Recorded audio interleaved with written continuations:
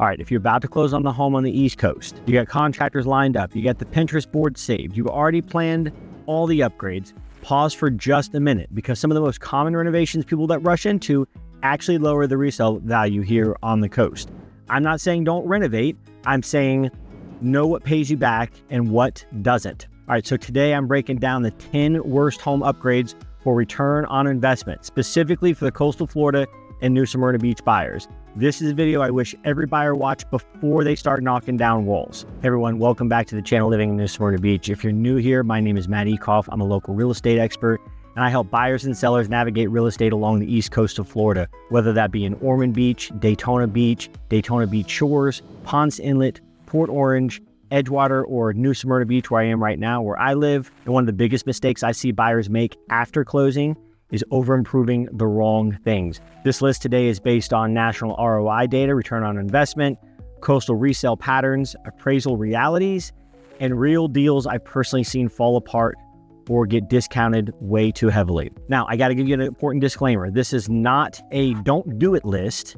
This is a do it with your eyes open list. All right, so here's something to think about and ask yourself as you watch this video.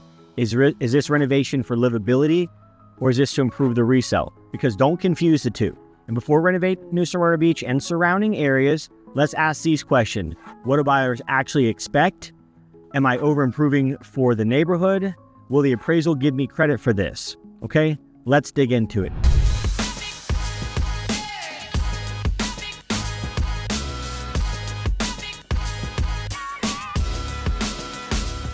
Again, my name is Matt Ecoff. I'm a local real estate expert, and I'm here to share everything from the best neighborhoods to the hottest spots around town. Listen, I get phone calls, emails, text messages, Zoom invites every day from people just like you wanting to move to the beach. So whether that be in 2 days, 20 days, or 200 days, please don't hesitate to reach out. I'd love to help you move to the beach. Please make sure you hit the like button and subscribe so you get all the updates and notifications about New Smyrna Beach and surrounding areas have to offer. All right, again, so these are in no particular order, but I'm going to go into number one, and I got to tell you, it is one of my pet peeves. It's something that I absolutely hate, is wall-to-wall carpeting. In coastal Florida, this one hurts. This one is a killer. Nobody wants carpet in their house when you're this close to the beach. All right, so carpeting can lower home value by 3 to 4%, while hardwood or quality tile adds value. So let me give you some reasons why buyers hate carpet here. It's because of the humidity. It's because of allergies. It's because of odors. It's because of sand. Oh my God, it's because of sand. And it's because of the salt air. Buyers don't see it as cozy. They come in seeing it as crap. I'm ripping all of this out, which makes it a project. And if you got somebody that wants to come in with turnkey, then carpet's not going to help you out. All right, so let's talk about some other finishing. Hardwood refinishing can return 140% ROI. That is huge. Even better, tile or engineered wood even performs better near the beach, again, because it is waterproof and most of the engineered wood is scratch resistance. I'll tell you, I have a house, 402 oak wood, that I sold not that long ago. It was a 1937 beach bungalow house, 1937 original hardwood pines that were covered up with carpet in the bedrooms. However, the buyers were able to lift some of that up and see that their hardwood continued and carried. We closed on the place. A week later, I'm driving back from church on the golf cart. I see they're at the house. I see them outside working. So I swing by real quick with my wife and daughter, and they're like, oh my gosh, come in here, come in here. Look at these hardwood floors that they covered up. This green carpet that they had in the bedrooms was ripped out by the new buyers, and they sanded all the 1937 floors, and they look phenomenal. My advice to you is if you love carpet, keep it limited to the bedrooms only. Otherwise, keep hard surfaces throughout. And honestly, buyers really love consistent flooring, one floor, universal throughout the house. All right, so let's get into number two, which is large backyard patios and fire features. Now, I love my backyard. I spend a ton of time back here. I do a lot of videos back here. I use this as my office as much as I can. Sometimes my head gets sunburnt, so I got to put suntan lotion on, but I love to be strategic with the shade and use this as much as I can. But large backyards with large patios and fire features don't work. In fact, I used to have a fire feature back here, but I got rid of it because it took up the square footage of space that I wanted to use for other things. So outdoor living is huge here in Florida. No surprise there, but oversized hardscapes don't pay back. The average ROI on those kind of projects are about 50 to 55%. So you're not even getting your money back. You're getting about half your money back on the sale. So why is that? buyers still want usable green space. I have a great backyard, and these Clusia plants, they grow at about 2.5 to 3 feet a year that you can see behind me. And I actually pulled some from some pots that they were in up front. But these Clusia plants will grow 2.5 to 3 feet a year. So in about 18 to 24 months, they should be up to the fence line, and they are thick. And so I'm hoping that you guys watch a video in 2 years from now and my entire backyard is covered in those taller Clusias that can be maintained really easily. So why don't people want the large backyards and the fire features? Because buyers still want usable green space. Maintenance does matter, and HOA restrictions sometimes will affect, which is real here in New Smyrna Beach. Not so much beachside where I am, but some of the other developments like Silver Sands Beachside, and then some communities like Sugar Mill Country Club, Venetian Bay. Also, if you're in Daytona Beach and you're in LPGA, or you're in Margaritaville, or you're even farther in Ormond Beach and you're in Plantation Bay or the trails, HOA restrictions can affect the kind of landscaping that they have. Fire pits don't hit the mark same here as they do in colder climates. Again, personally, I used to have one here, but it didn't justify the space, and we didn't use it that often. So we ended up getting rid of it because we just didn't use it that much. So they're fun, but don't expect you to get your money back on them. Cue the comments here, but hear me out. We're going to get to number 3, which this is going to be crazy, but adding a swimming pool. Honestly, we're not that far from the beach. So most people, I'm not speaking for everybody, you might be one of these people. I have a couple from New Jersey here right now that they will not look at anything that doesn't have a pool beachside, but it makes the options harder. But adding a swimming pool doesn't add the value that you think. So again, cue the comments, but hear me out. In Florida, a pool helps marketability, but does not add equivalent value. It can actually shrink the buyer pool, pun intended, by having it, because they don't want the maintenance. They don't know about the maintenance. They don't know how much it's going to cost and the upkeep and all that stuff that goes along with it. Plus we have soil shifting, especially beachside. We have some soil shifting. So, that can be cracks and detrimental projects in the future. So pools typically add a 7% value while costing $60,000 to $100,000 plus. Also, higher insurance and ongoing maintenance are something that you have to think about. So if the neighborhood expects pools, great, go for it. If it doesn't, you're over improving and that money's not going to be well spent. So add a pool if it's for your lifestyle, but not for the ROI. All right, so let's get to number 4, which is high maintenance landscaping. Now, I was just talking about backyard and landscaping. Again, I love to landscape. I do all my own stuff. Pura Vida is who I prefer if you're going to get it done with somebody else. It's a great landscaping company based in Daytona, but they're in New Smyrna Beach all the time. Pura Vida is the logo for Costa Rica, if you don't know. And the owner of Pura Vida is from Costa Rica, and his stuff is phenomenal.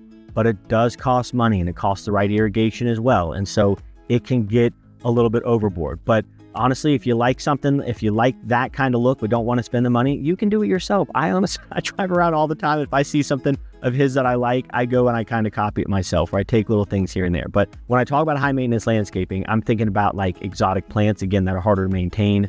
Koi ponds, nobody needs that. Water features, you might like it, buyers might not love it. And specialty irrigation. So buyers think, well, what happens when this breaks, or what happens when this dies, or what happens when this koi fish dies? I don't think you can cook koi fish on the grill. I don't know on that. If I'm wrong, let me know in the comments below, but I don't think you can cook koi fish. Plus, why would you want to when you have the seafood around here? But these are things that our buyers are thinking. What is this going to cost me? What happens if this breaks? What happens if it dies? So low maintenance, coastal native landscaping wins every time. In fact, minimal landscaping has 3-to-1 to 4-to-1 ROI, meaning if you spent $10,000, it can be worth $30,000 or $40,000. So it's a big one. But again, it's got to be coastal native landscaping. So if you've ever ridden around with me, and a lot of you have, and a lot of you still watch my videos, I talk about Clusias all the time because I love them. They're big, fat leaves. They don't need a lot of water. They need a ton of sunlight. They do super well in light sand,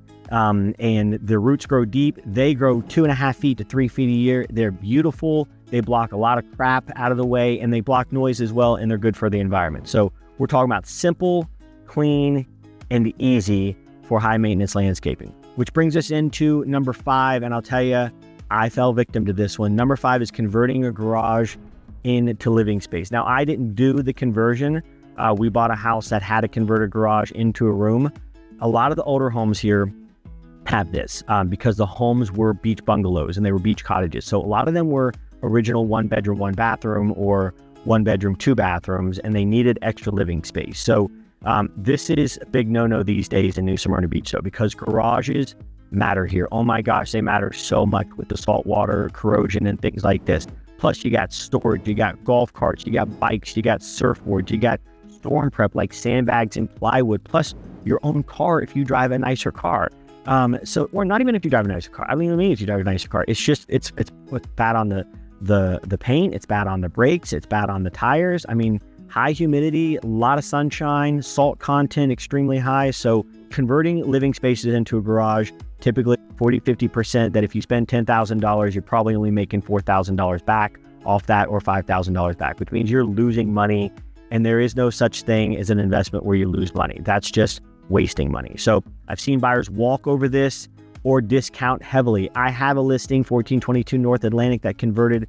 She bought the house in 1997, but the garage was already converted. She used it as a master suite, and it's a real turnoff. I love Christine and I love her house, and I think 1422 North Atlantic is a great buy, but it has been a turnoff to people, and it is a turnoff most of the time. All right, so here's my advice. Last thing on garages: if you must convert, make it reversible.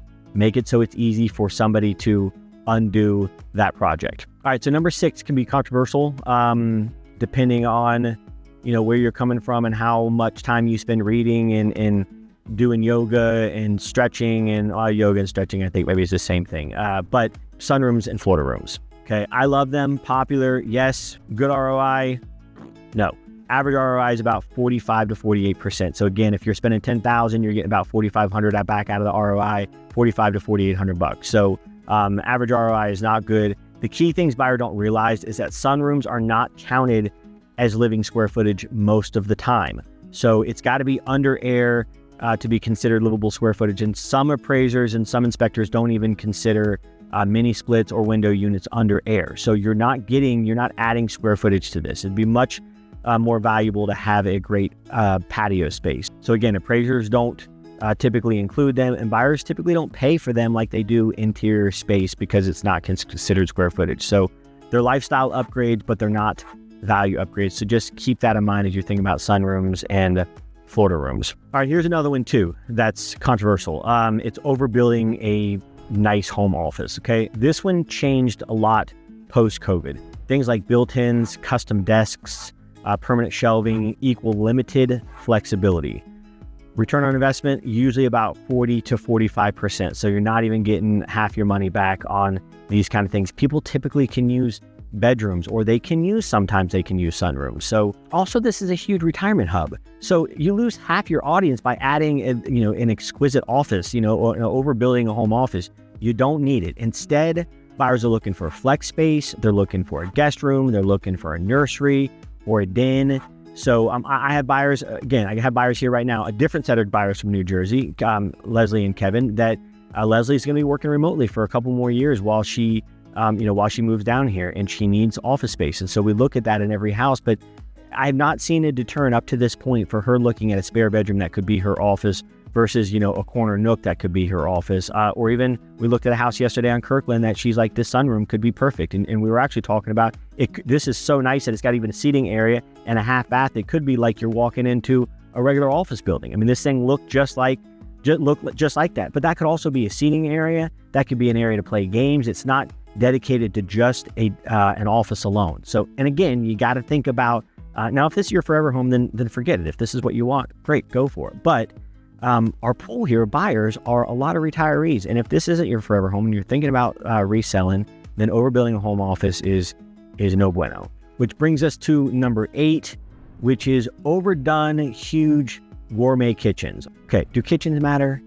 Absolutely. They call in the middle of the home, the center of the home, but luxury overkill doesn't pay back.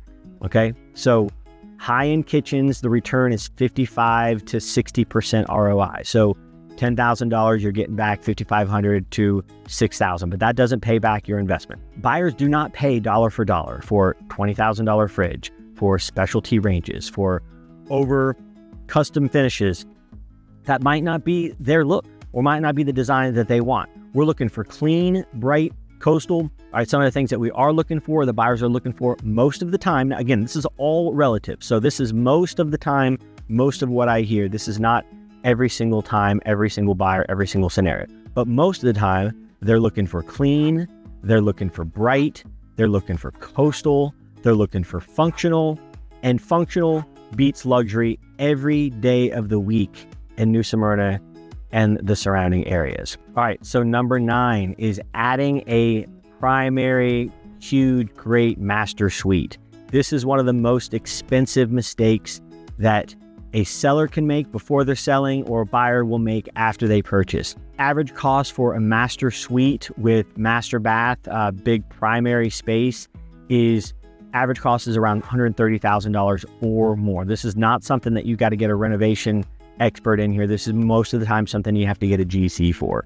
because you're adding space, you're adding square footage, load calculations, and things like that are going to have to be drawn out. So this can be expensive. Heck, just the prep can be expensive. The average ROI, about only 50%. So if you figure you're spending $130,000 to $150,000 and you're going to only get back $65,000 to $75,000, that you've wasted money. Okay. Now, I'm not saying this isn't a great thing. I would love a bigger primary suite in our house. And I think it'd be really nice. And actually, I think that our house, again, a lot of these things are relative. I think our house, it would add a little bit more than 50% ROI. But most of the time, the common issues that you're going to see is it makes the exterior look kind of wonky and awkward. It's the neighborhood and balance that you're changing the look of the neighborhood and you don't want to stand out. And then the appraisal ceiling that you're only going to get X amount of what you put into it. So I say this all the time. People hear me talk about this all the time. If you spend any time with me, you hear me say this.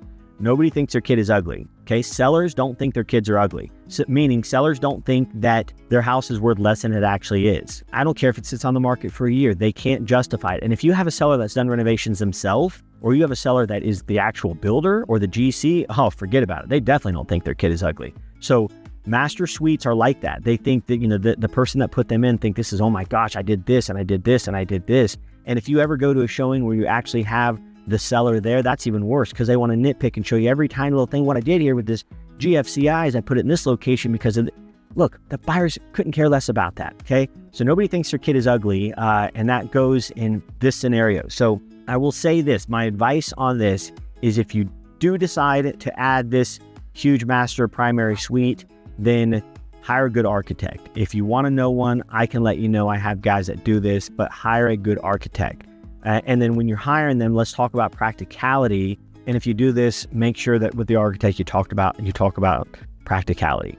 All right, so let's get into number 10, which is luxury level bathroom remodels. Now, this actually shocks a lot of people, but I'll tell you, the mid-range bath ROI is about 35%. That is very, very low. A luxury bath ROI, even less than that, about 30 to 32.5%. So heated floors, luxury tile, custom everything, buyers won't pay that back, okay? This is something, again, nobody thinks their kid is ugly. This is one of those things that the person that put this in specifically picked these things out, and that doesn't mean a buyer in the future is going to think those same things have that value. So my advice here is if you're going to upgrade a bathroom, just don't overdo it. This was really dedicated because I've been showing a lot of houses recently. I have people from all over the country here right now. I got 2 couples from New Jersey, somebody from New York, somebody from Ohio. I mean, I'm showing a ton of houses right now. And I thought, some of these things that we're bringing up, this channel is important to me and the audience is important to me. And, and I want to answer as many questions as I can before you come down here. And when I have people come down here and they meet with me and they're like, oh, I love when you said this, or I love when you said this.